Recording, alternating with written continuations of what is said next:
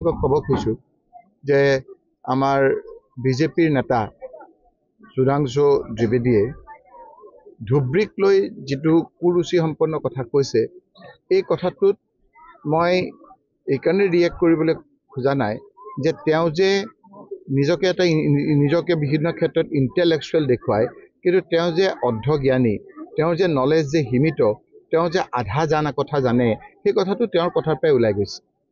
ৰাজ্যসভাৰ নিচিনা এটা পবিত্ৰ স্থানত তেওঁ কৈছে যে NRCৰ কথা ক'বলৈ গৈ কৈছে যে যদি NRC হয় তেতিয়া ধুবুৰীত দুধ কা দুধ পানী কা পানী হৈ যাব। তো এইখিনি জ্ঞান নাই যে অসমত ৰাজ্য চৰকাৰ বিজেপি, কেন্দ্ৰত চৰকাৰ বিজেপি, RGIয়ে ৰেজিষ্ট্ৰাৰ জেনেৰেল অফ ইণ্ডিয়াই NRC অসমত কৰিছে সুপ্ৰিম কোৰ্টৰ নিৰীক্ষণত। ভাৰতবৰ্ষত ক'তো হোৱা নাই। সুপ্ৰিম কোৰ্টৰ নিৰীক্ষণত সুপ্ৰিম কোৰ্টে দফাই দফাই এই কথা চাই অসমত NRC হৈছে, সেইখিনি সাধাৰণ জ্ঞান তেওঁৰ নাই। তেওঁ কৈছে যে কিয় NRC আপোনালোকে নামানে, NRC যদি হৈ যায় তেতিয়া ধুবুৰীত দুধ কা দুধ পানী কা পানী হৈ যাব। আৰে দুধ কা দুধ পানী কা পানী ইয়াত সুপ্ৰিম কোৰ্টৰ মোহৰ দি পেলাই হৈছে। এই মানুহখিনিক যিদৰে তেওঁ কথাবিলাক কৈছে, মই ভাবোঁ যে তেওঁ এজন কুৰুচি সম্পন্ন বেড ষ্টেটমেণ্ট। এতিয়া আমাৰ মুখ্যমন্ত্ৰী ডাঙৰীয়া কি ইয়াত যে তেওঁ যে ক'লে যে এখন মিনি আপোনাৰ বাংলাদেশ, সেই কথাখিনি মই ক'ব নিবিচাৰোঁ। তেওঁ মিনি বাংলাদেশৰ মুখ্যমন্ত্ৰী নেকি? গতিকে তেওঁৰ সাধাৰণ জ্ঞানটো নাই। NRC অসমত হৈ গৈছে, এতিয়া সময় হৈ যোৱাৰ পাছত তাৰ আধাৰত মুখ্যমন্ত্ৰী ডাঙৰীয়া সেইটো এটা বেলেগ চৰ্চা যে ডিলিমিটেশ্যন হৈছে।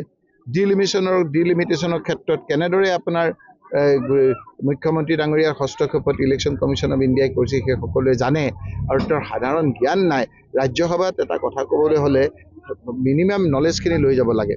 গতিকে মই তেওঁৰ কথাটোত নিন্দা কৰিছোঁ, ধিক্কাৰ দিছোঁ, আৰু মই ইয়াত থকা লোকসকলক কৈছোঁ ধুবুৰী এটা ইতিহাস প্ৰসিদ্ধ ঠাই। তেওঁ ধুবুৰীৰ বিষয়ে নাজানে। ইয়াত হস্তি কন্যা, গোৱালপৰীয়া লোকগীত খ্যাত প্ৰতিমা পাণ্ডে বৰুৱাৰ ঘৰ। তেওঁলোকক অপমান কৰা হোৱা নাই জানো? ইয়াত আমাৰ নেতাই দুমুনিঘাটৰ পৰা আৰম্ভ কৰি ইয়াত আমাৰ মোক ক'ব দিয়ক, আমাৰ শিখ টেম্পুলটো গোটেই ভাৰতবৰ্ষত আজি বিখ্যাত। আজি আমাৰ অকল অসমৰ শিল্পী নহয়, গোৱালপাৰাৰ আদিল হুছেইন গোটেই ভাৰতবৰ্ষৰ মানুহে, পৃথিৱীৰ মানুহে চিনি পায়। আজি আপোনালোকৰ মই কৈছোঁ যে এইবিলাক ক্ষেত্ৰত অনেক লোকক কাক ক'ব কাক নক'ব, এই লোকসকল কি মিনি বাংলাদেশৰ মানুহ নেকি? কোচ ৰাজবংশী লোকসকলৰ এটা আভিজাত্য আছে। ইয়াত কোচ ৰাজবংশী লোকসকলক কি ইয়াত আপোনাৰ মিনি বাংলাদেশৰ মানুহ নেকি? ইয়াৰ পৰা কিন্তু মুখ্যমন্ত্ৰী হৈছে শৰৎচন্দ্ৰ সিংহ, দল মত নিৰ্বিশেষে সকলোৰে শ্ৰদ্ধাৰ। আজি শৰৎ সিংহ ডাঙৰীয়া ঘৰটোক কৈছে মিনি বাংলাদেশী। তাৰপিছতো আপোনাৰ এই কথা বতৰাত বিজেপিৰ লোকসকলে যিদৰে ৰিয়েক্ট কৰিব লাগিছে সেইদৰে ৰিয়েক্ট কৰা নাই। গতিকে এনেধৰণৰ বেড টেষ্টেড মানুহ থাকে, কুৰুচি সম্পন্ন মানুহ থাকে, আৰু তেওঁ নিজকে বহুত ইণ্টেলেকচুৱেল দেখায়। সেইকাৰণে আমাক সৰুতে কৈছিল যে little learning is a most dangerous thing, অল্প বিদ্যা ভয়ংকৰী। সেইকাৰণে তেওঁ বোধহয় অল্প বিদ্যা হৈ অলপ হাফ কথা জানি যিদৰে কথাবিলাক কৈছে, মই ধিক্কাৰ দিছোঁ, নিন্দা কৰিছোঁ। আৰু তেওঁলোকে মোক কৈছে যে সেইকাৰণে বোলে আমাৰ 10 লাখ ভোটত আমি জিকা। তেওঁলোকৰ জিকাবিলাক কি? কোনখন দেশৰ কথা ক'ব? তেওঁলোকে যে 8 লাখ ভোটত জিকিছে, তেওঁলোকৰ ক'ৰবাত যে আমাৰ কংগ্ৰেছৰ কেণ্ডিডেটক যে উইড্ৰ কৰাই লৈ পেলাই যে 10 লাখত জিকিছে, সেইবিলাকত কিয় নিমাত নিতাপ? গতিকে তেওঁলোকে গোটেই পৰিৱেশটো বেয়া কৰিবলৈ বিচাৰিছে, একমাত্ৰ অস্ত্ৰ গোটেই পৰিৱেশটো বিনষ্ট কৰা, আৰু সেই জালত আমি ভৰি দিবলৈ নালাগে।